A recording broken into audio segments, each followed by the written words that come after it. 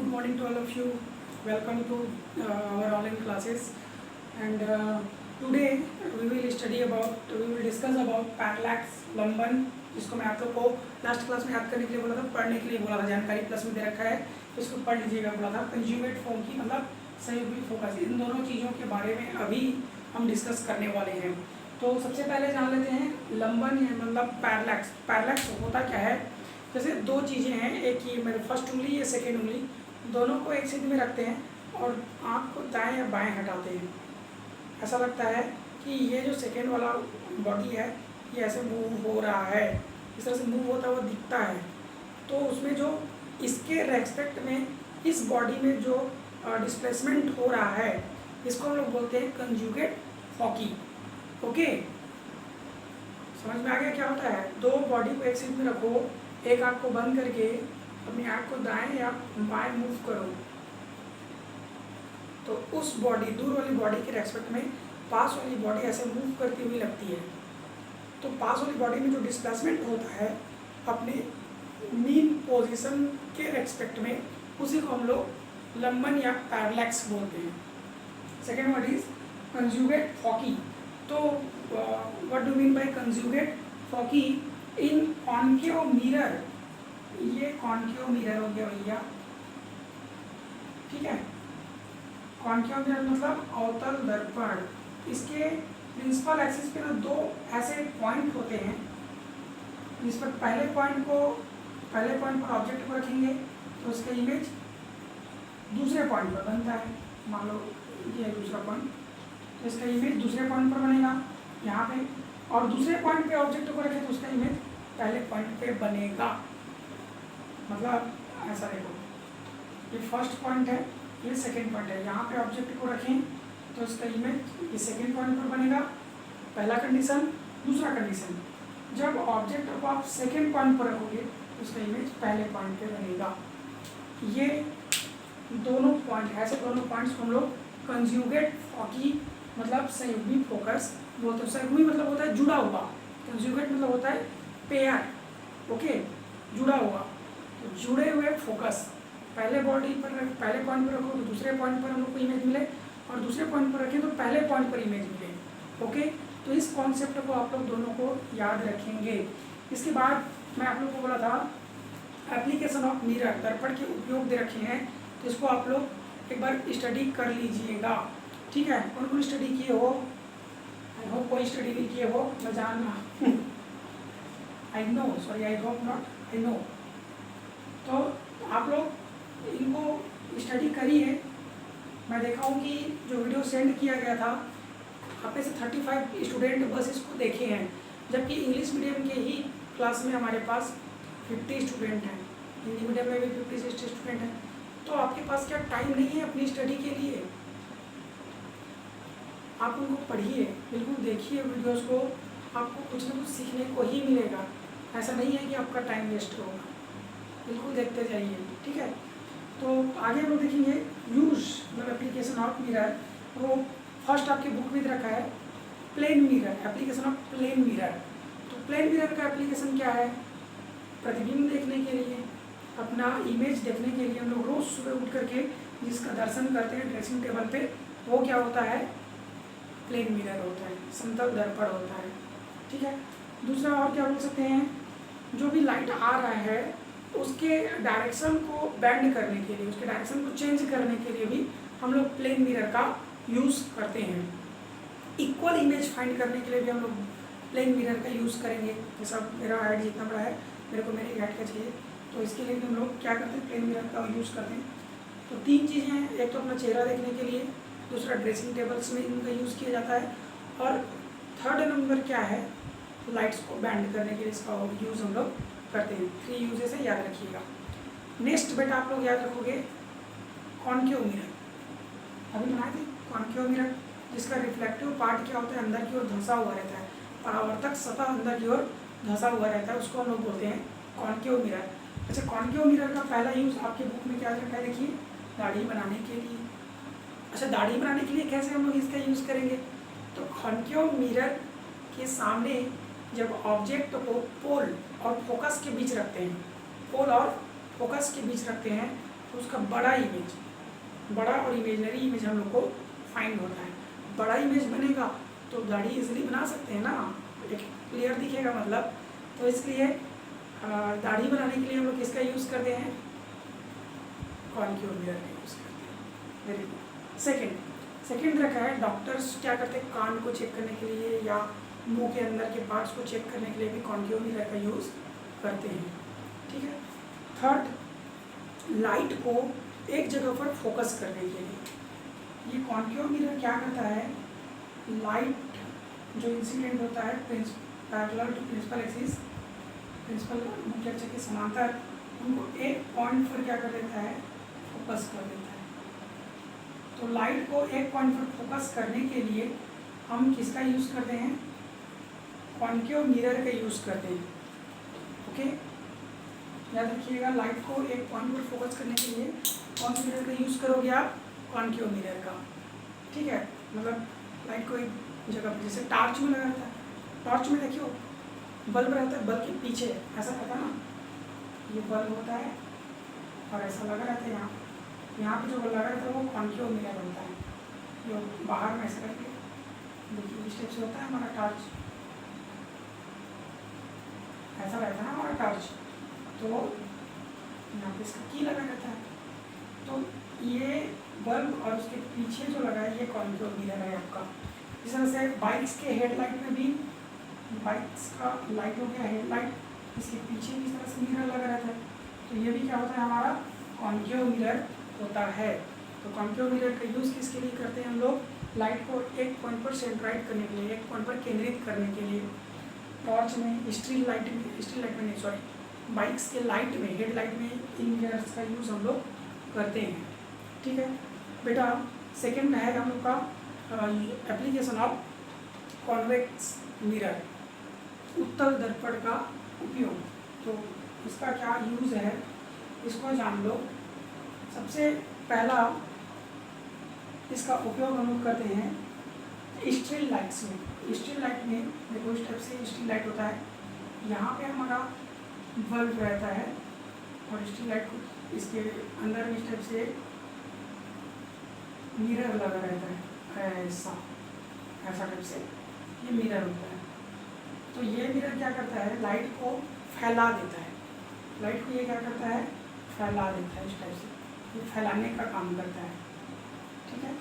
तो जहाँ पर लाइट को एक जगह पर लाना रहेगा वहाँ पर कॉन्केव मिरर, और जहाँ पे लाइट को फैलाना रहेगा, स्प्रेड करना रहेगा, वहाँ पे कॉन्वेक्स मिरर का हम लोग यूज़ करते हैं। दूसरा कंडीशन, गाड़ी में, मोटरसाइकिल में, या तो फिर आपको देखना 4 व्हीलर्स में भी जो साइड मिरर रहता है पीछे को देखने के लिए, वो भी हमारा होता है कॉन्वेक्स। वो भी क्या होता है, कॉन्वेक्स मिरर होता है। ये कॉन्वेक्स मिरर है, कॉन्वेक्स मिरर फैलाता है, कॉन्केव मिरर एक पॉइंट पर सेंट्राइट करता है, लाइट्स को एक पॉइंट पर केंद्रित कर देता है। तो कॉन्वेक्स मिरर एक तो स्ट्रीट लाइट, दूसरा साइड लाइट। अच्छा, साइड लाइट में क्यों करते हैं, क्योंकि साइड लाइट में जब मिरर यूज़ करते हैं ना तो कम एरिया में वाइड एरिया का इमेज बनता है, कम एरिया में, छोटे से एरिया में बड़े एरिया का इमेज हम लोग को मिल जाता है।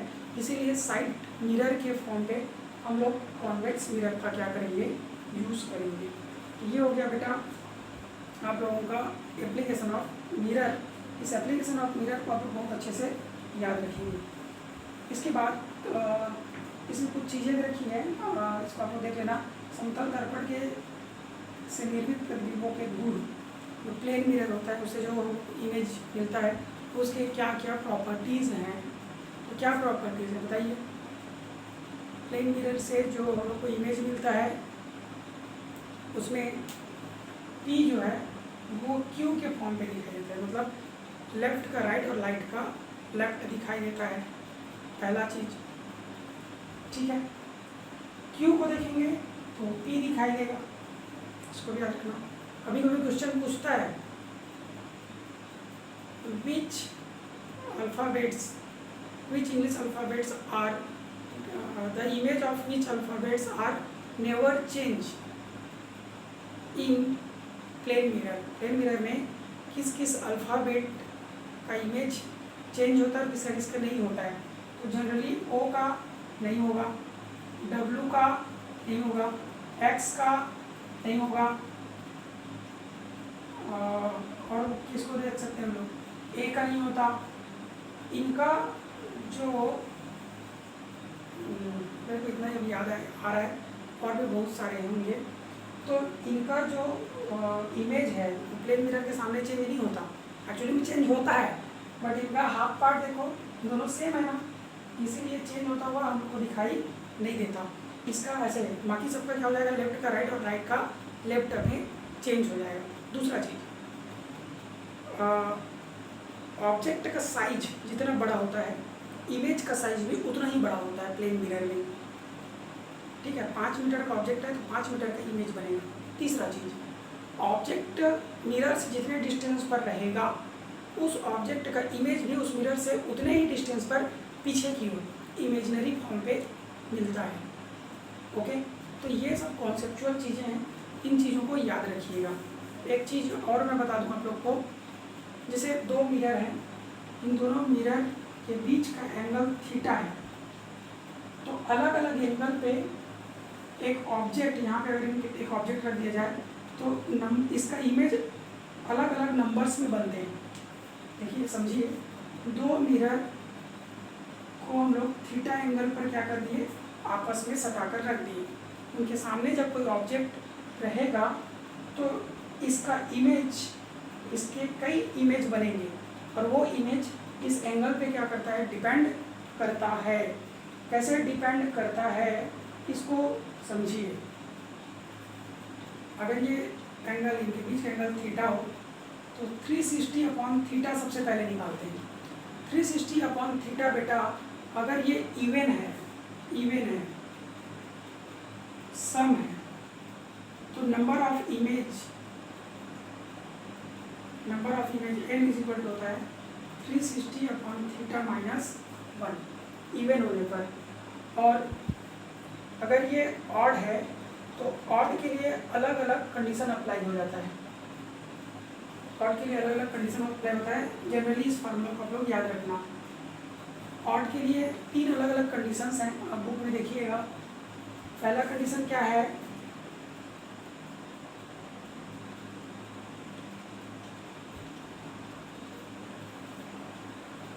देखते रहिए, इवन हो ये कंडीशन। अब 360 अपॉन थीटा इज ऑड, ये ऑड हो, ये इवन मतलब सम, और ऑड मतलब क्या होता है, विषम। तो ये विषम हो, तो ऐसे कंडीशन में फर्स्ट, जैसे ये दोनों मिरर्स हैं तो इनके ठीक बीच में हो ऑब्जेक्ट क्या, उनके ठीक बीच में, उनके बीच का एंगल थीटा है। ऐसे कंडीशन में number of image n is equal to होता है 360 अपॉन थीटा माइनस 1 सेकेंड। ये कौन सा कंडीशन है, जब ये ऑब्जेक्ट ठीक कहाँ पे होगा, सेंटर पे होगा। सेकेंड कंडीशन, कहीं पर भी XYZ सेंटर पे ना होकर के कहीं पर भी हो, तो जब वो कहीं पर भी रहेगा तब number of image n is equal to होगा 360 अपॉन थीटा ओनली, मतलब नॉट इन सेंटर, सेंटर पे नहीं होगा, तो ये कंडीशन अप्लाई होगा। थर्ड कंडीशन, अब थर्ड कंडीशन क्या है इसको भी देख लो। सेकेंड कंडीशन, एक्चुअली 2 ही कंडीशंस हैं, बाकी जो इसकी प्रॉपर्टी है, बाकी क्या है इनकी प्रॉपर्टी है। जैसे इनके बीच का एंगल थीटा क्या हो, इन्फिनाइट हो। वैसे कंडीशन में n इज इक्वल टू होता है, n इज इक्वल टू होता है इन्फिनाइट, या जीरो हो, इन्फिनाइट में देना, इसको जीरो लेना, तो n का वैल्यू कितना हो जाएगा, इन्फिनाइट। ये कंडीशन अप्लाई होगा, याद रखिएगा। थीटा का वैल्यू जीरो हो तो 360 अपॉन जीरो करेंगे, ये कितना आ जाता है, इन्फिनाइट आ जाता है। तो ये 3 कंडीशंस को आप लोग याद रखना, ये इनसे जनरली क्वेश्चन पूछा जाता है।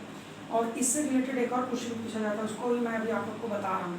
देखिए, जब 2 प्लेन मिरर हैं, ये इस तरह से एक दूसरे के साथ सटा करके रखे गए हैं, इनके बीच का एंगल कितना है, थीटा है, तो 360 अपॉन थीटा निकालना। अगर ये इवन है, सम है, तो इनके बीच इस ऑब्जेक्ट का कितना इमेज बनेगा, n is equal to 360 upon theta minus 1 image बनेगा। Suppose theta is equal to है 60 degree, theta is equal to कितना है 60 डिग्री, 360 अपॉन थीटा करेंगे मतलब 60 डिग्री करेंगे, कितना आएगा 60 डिग्री करेंगे, ये तो कैंसल, 6 आ गया, तो ये इवन आया ना, ये सम आया ना, इवन आया, तो n इज इक्वल टू आएगा 6 माइनस 1 इज इक्वल टू 5, मतलब अगर इनके बीच का एंगल 60 डिग्री होगा तो 5 इमेज बनेंगे उस ऑब्जेक्ट के। और देखो अगर ये ऑड है विषम है, तो विषम है ये 360 अपॉन थीटा, अगर ऑड है विषम है, तो ऐसे कंडीशन पे देखिए पहला जब ऑब्जेक्ट बीच में रहेगा, ठीक इस एक्सिस पे रहेगा, तो 360 अपॉन थीटा माइनस 1 ये इसका फार्मूला हो जाएगा। सेकेंड, अगर ये यहाँ पे नहीं है कहीं पर भी है, तो n is equal to 360 upon theta not in center के लिए हो जाएगा, बीच में नहीं है तब होगा। और तीसरा कंडीशन, ये थीटा का वैल्यू 0 डिग्री, मतलब एक मिरर ऐसा है और दूसरा मिरर ऐसा है, तो इनके बीच n इज इक्वल टू आएगा इन्फिनाइट, मतलब इनके बीच बहुत सारे इमेजेस बनेंगे। अच्छा, इस कॉन्सेप्ट से रिलेटेड एनसीईआरटी क्वेश्चन क्या बनता है, दो मिरर एक दूसरे के पैरेलल रखे हुए हैं, तो उनके बीच प्रेजेंट किसी ऑब्जेक्ट का इमेज धुंधला होते जाता है, मतलब पहला इमेज, इनमें बहुत सारे इमेज बनेंगे ना, इन्फिनाइट इमेज बनेंगे, लेकिन हर इमेज का जो ब्राइटनेस है वो कम होते जाता है। तो क्यों कम होते जाता है इसको पूछा जाता है। तो कम इसलिए होता है क्योंकि जितना बार उसमें रिफ्लेक्शन होता है, बार बार इसमें रिफ्लेक्शन होगा ना, यहाँ पे ऑब्जेक्ट रखोगे तो जाएगा फिर इधर जाएगा, बार बार इसमें रिफ्लेक्शन होता रहेगा, लगातार इसमें रिफ्लेक्शन होता रहता है, तो उस बार बार रिफ्लेक्शन से कुछ लाइट रे जो हैं वो मिरर के थ्रू ऑब्जर्व कर लिए जाते हैं। मिरर कुछ लाइट रे को क्या कर लेता है, ऑब्जर्व कर लेता है, जिसके कारण जो ब्राइटनेस है इमेज का वो डल हो जाता है, ब्राइटनेस जो है वो कम हो जाता है। तो इसको भी याद रखिएगा। अच्छा, एक और क्वेश्चन आपका पूछा जाता है इसी से रिलेटेड है, ये भी, इसको भी आप लोग याद रख लीजिएगा। देखिए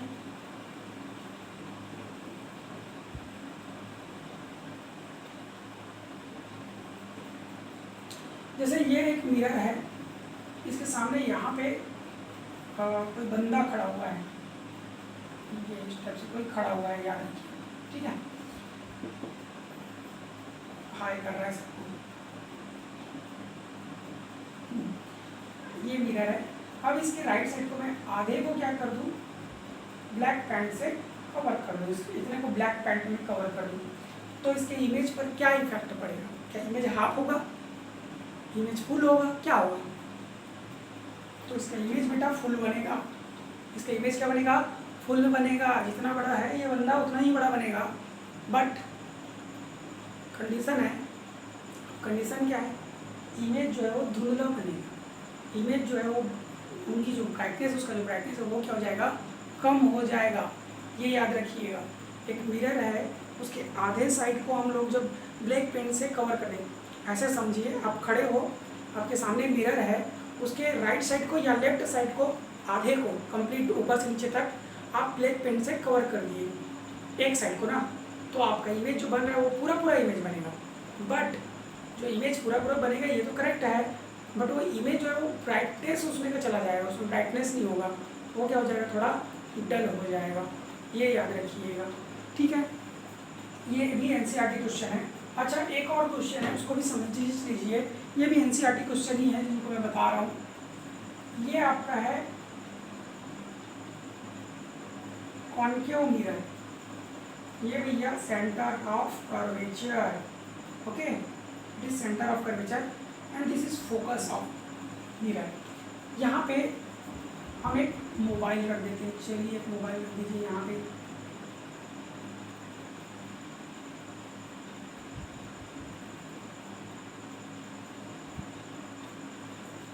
अच्छा एक चीज़ पता है, आज तनीसा पहली बच्ची थी जो कमेंट के लिए मेरे से पूछी और कमेंट करी यूट्यूब वीडियो पे। अब मेरे को ये पता नहीं देखी नहीं देखी, बट आई होप वो देखी हो।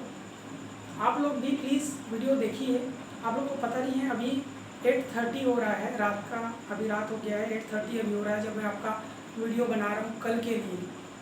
मैं अपना 100% देने की कोशिश कर रहा हूँ। और मेरे साथ साथ जितने भी ऑनलाइन क्लासेस कराने वाले टीचर्स हैं वो भी अपना 100% दे रहे हैं बेटा। तो प्लीज़ आप लोग ज्वाइन करें, जो लोग ज्वाइन नहीं कर रहे हैं, और सपोर्ट करें टीचर्स को कि वो आपके लिए और अच्छा करें। ओके, ठीक है। देखिए, थैंक यू तरीज़ा, मेरे को अच्छा लगा जब आप कमेंट किए, जब आप पहली पर्सन बने कि आप मेरे से कांटेक्ट किए कि सर कमेंट कहाँ पे करना है, अच्छा लगा, थैंक यू। तो यहाँ पे एक मोबाइल ले लिया अपन लोग, ओप्पो चल रहा है, कि मेरा भी मोबाइल ओप्पो का है, मैं भी ओप्पो लिख देता हूँ यहाँ पे, ओप्पो ले लिया, ठीक है। ये इसका स्पीकर है, मेरा मोबाइल है ये, ओपी, इसीलिए मैं ही लेता हूँ, ओप्पो को लेता हूँ, ओपी लिखा रहता है ना फर्स्ट में, इसीलिए, ठीक है। तो देखिए इसका इमेज कैसा बनेगा ये हम लोग को निकालना है ना। तो इससे एक लाइट रे इसके टॉप से जाएगा, और ये लाइट रे देखो, जब लाइट रे प्रिंसिपल एक्सिस के पैरेलल इंसिडेंट होता है तो वो फोकस से होकर के रिफ्लेक्ट होता है, फोकस से होकर के आगे ऐसे चला गया, फोकस से होकर क्या हो गया, आगे निकल लिया ये, ठीक है। दूसरा लाइट रे यहाँ से सेंटर से होकर के जाएगा, सेंटर से होकर के जाएगा, सॉरी सेंटर नहीं है इसको, फोकस, ये फोकस है ना, फोकस से होकर के जाएगा और प्रिंसिपल एक्सिस के पैरेलल हो जाएगा। सीधा नहीं बन पा रहा है, आप लोग इसको समझिएगा। प्रिंसिपल एक्सिस में क्या हो गया, पैरेलल चला गया, इधर कहीं पे ये दूसरे को इंटरसेक्ट करेंगे, इस पॉइंट पे इंटरसेक्ट करेंगे, ठीक है। ये सी है, याद रखिएगा। और एक तीसरा लाइट रे भी यहाँ पर इंसिडेंट होगा, वो बॉटम यहाँ पर से जा रहा है, यहाँ से जा रहा है ऐसे, हाँ ये ऐसे रिफ्लेक्ट होगा,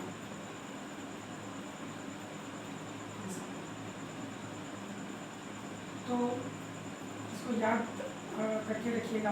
तीन कंडीशन देखिए, एक मोबाइल यहाँ पे मैं रखा हुआ हूँ, टॉप से एक लाइट रे गया, ये प्रिंसिपल एक्सिस के पैरेलल इंसिडेंट होता है और फोकस से होकर के आगे इधर चला जाता है, पहला कंडीशन। दूसरा कंडीशन, एक फोकस से होकर के जाएगा और after reflecting it will be gone parallel to principal axis. और तीसरा कंडीशन, ये बॉटम से एक लाइट रे गया और ये भी प्रिंसिपल एक्सिस के पैरेलल हो गया आफ्टर रिफ्लेक्टिंग। ये दोनों किरणें देखो, फर्स्ट टू रेज यहाँ पे काटी, मतलब यहाँ पे ऐसा बनेगा मोबाइल, और ऐसा ये लंबा यहाँ तक फैलता हुआ बनेगा, इसका मोबाइल क्या बनेगा, ऐसा, इसका इमेज ऐसा बनेगा, देखिए ऐसा, ओके। और ये लिखा कैसा होगा, ये जो लिंक है वो इधर बनेगा, देखिए मैं इसको यहाँ बीच वाले को मिटा देता हूँ, ऐसा, इस तरह से, और ऐसा बन जाएगा, ऐसा दिखेगा इसका इमेज। समझ में आ रहा है कैसा बनता है इमेज, ये आप लोग को एक्सप्लेन करना रहेगा। देखिए ये इंड सेंटर ऑफ कर्वेचर पे सी पे, तो इसका एक इंड सी पर ही रहेगा, जो इंड सी पे है वो इंड सी पर ही बनेगा, जो इंड सी के पहले है वो इंड सी के पीछे बनेगा। आप लोग पढ़े हो कि जब ऑब्जेक्ट को हम लोग सेंटर ऑफ कर्वेचर और फोकस के बीच रखते हैं तो उसका इमेज सेंटर ऑफ कर्वेचर और इन्फिनाइट के बीच बनता है। तो इस तरह से इसका इमेज बनेगा, इसका नाम ये दे दूँ, इसका नाम बी दे दूँ, तो ये आपका बन जाएगा ए डेस, ये आपका बन जाएगा बी डेस, ठीक है। कैसे इमेज बनेगा इसको याद रखिएगा, कौन सा इमेज सही है करके। ये NCERT का क्वेश्चन है, एग्जाम्पल का क्वेश्चन है, उसको आप लोग एक बार देख लीजिएगा। इतना समझ में आ गया कैसा इमेज बनेगा। कुछ और भी इसमें इम्पॉर्टेंट क्वेश्चंस दे रखे हैं, मैं इसको पढ़ना चाहूँगा। देखो ये पेज नंबर 702 में है, हिंदी मीडियम का बुक में रखा हूँ, अभी फिलहाल इंग्लिश मीडियम का बुक अभी मेरे पास नहीं है, मैं नहीं ला पाया हूँ इसको। तो इसमें पेज नंबर 701 एंड 702 दोनों में लास्ट पॉइंट रखा है, देखिए यदि दर्पण v वेग से चलता है तो स्थिर वस्तु का प्रतिबिंब वस्तु के सापेक्ष 2v वेग से चलता है। मतलब समझिए इसको,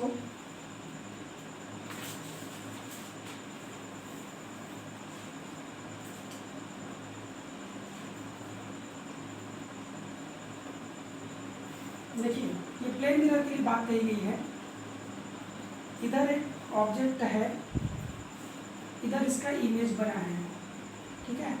अगर मैं इसको इधर लाऊं v वेग से, तो ये इमेज भी इधर आएगा 2v वेग से, उसकी वेलोसिटी क्या हो जाएगी 2v हो जाएगी। इसको बेटा आप लोग याद रखिएगा। जब इस ये रेस्ट के कंडीशन में ये स्टेबल है, ये जो ऑब्जेक्ट है ये स्टेबल है। इस प्लेन मिरर को जब इसको मैं मूव करूँगा v वेलोसिटी से, तो ये जो ऑब्जेक्ट है वो इस बॉडी की ओर मूव करेगा 2v वेलोसिटी से। इसको याद रखिएगा, कॉन्सेप्ट है ये, याद रखिएगा। सेकंड कॉन्सेप्ट इसी में रखा है, यदि कोई वस्तु स्थिर दर्पण के सापेक्ष v वेग से चलता है तो प्रतिबिंब भी दर्पण के सापेक्ष v वेग से चलता है। देखिए सो सेकेंड कंडीशन, ये फर्स्ट कंडीशन हो गया। सेकेंड कंडीशन, अगर ये इधर चलता है v वेलोसिटी से, तो बेटा ये भी इधर चलेगा, कितनी वेलोसिटी से v वेलोसिटी से। समझ में आया? इसके रेस्पेक्ट में ये v वेलोसिटी से इधर जा रहा है, इसके रेस्पेक्ट में ये भी v वेलोसिटी से इधर आएगा। ओके, दूर जाएगा, ये भी सेम वेलोसिटी से दूर जाएगा। इसके रेस्पेक्ट में ना, मिरर के रेस्पेक्ट में, और इसके रेस्पेक्ट में बोलेंगे ऑब्जेक्ट के रेस्पेक्ट में, तो ये v और ये v कितना हो गया 2v हो गया। ये एक दूसरे के क्लोज आएंगे 2v स्पीड से। तो ये दो कॉन्सेप्ट है बेटा, इसको याद रखिएगा। इसके बाद इसमें कुछ और चीज़ें दे रखी हैं। क्वेश्चन ये है कि सपोज एक मिरर है, ये मिरर है आपका, 90 डिग्री पर कोई लाइट रे इंसिडेंट होता है, 90 डिग्री पर कोई लाइट रे इंसिडेंट होता है, तो कितने डिग्री पर रिफ्लेक्ट होगा? मतलब अगर आई का वैल्यू कितना हो 90, तो आर का वैल्यू कितना होगा? आर का वैल्यू कितना होगा?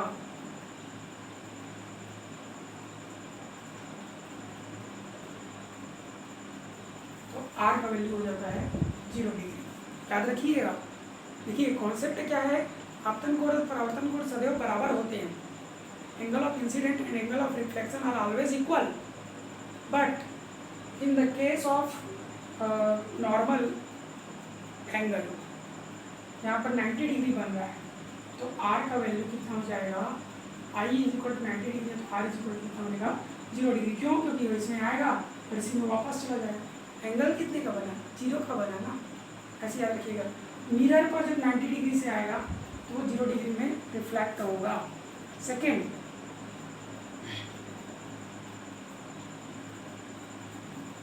अच्छा एक चीज़ और, इसका कॉन्सेप्ट है, याद रखिए। ये 90 डिग्री से इस पर इंसिडेंट हुआ, मतलब 90 डिग्री पर तो नॉर्मल रहता है ना, तो इसको नॉर्मल बोलो या इंसिडेंट रे बोलो। ये आई का वैल्यू यहाँ पर 90 डिग्री है, मतलब इसको आप मान सकते हो 0 डिग्री। आई का वैल्यू 90 डिग्री, क्वेश्चन में इसको अलग दे रखा है, ठीक। जब यहाँ पर का वैल्यू कितना हो 90 डिग्री, इंसिडेंट रे का वैल्यू इस मिरर के एक्सपेक्ट में 90 डिग्री हो, तो आर का वैल्यू कितना होगा 0 डिग्री होगा। इसको याद रखिएगा। ओके, क्यों ऐसा हो रहा है? क्योंकि 90 डिग्री पर तो नॉर्मल होता है, नॉर्मल और इंसिडेंट रे के बीच का एंगल कितना बन जाएगा? 0 डिग्री बन जाएगा। इसीलिए लिया गया है इसको। कितना? आई का वैल्यू 0, 90 बोलो या 0 बोलो, एक ही है। तो आर का वैल्यू भी कितना आएगा? 0 आएगा, उसको 90 नहीं बोलोगे आप लोग। सेकेंड, इसी में एक और क्वेश्चन है,